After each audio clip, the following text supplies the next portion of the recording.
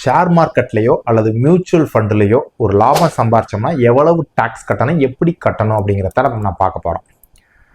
Share மார்க்கெட்டில் example, ஒரு ஷேரை வாங்கி ஒரு வருஷத்துக்கு மேலே அதை வச்சிருந்து அதை விற்று அதில் இருந்து லாபம் கிடச்சிச்சுன்னா அது பேர் லாங் டேர்ம் கேபிட்டல் கெயின்னு சொல்கிறாங்க. லாங் டேர்ம் கேபிட்டல் கெயினாக இருந்தால், இப்போ எக்ஸாம்பிள் நீங்கள் 100 ரூபாய்க்கு வாங்கியிருப்பீங்க, ஒரு 150 ரூபாய்க்கு விற்றுருப்பீங்க. அந்த 50 ரூபாய்க்கு 12.5% டாக்ஸ் கட்டணும்.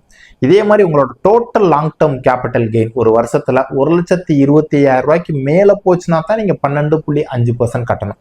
1,25,000 ரூபாய் வரதான் உங்களோட லாங் டேர்ம் கேபிட்டல் கெயின் இருந்துச்சுன்னா எந்த டாக்ஸுமே கட்ட தேவையில்லை. அதே இது ஒரு ஷேரை வாங்கி ஒரு வருஷத்துக்கு உள்ளேயே வித்துட்டாங்கன்னா அதுல இருந்து லாபம் வந்துச்சுன்னா அது பேர் ஷார்ட் டேர்ம் கேபிட்டல் கெயின்னு சொல்றாங்க.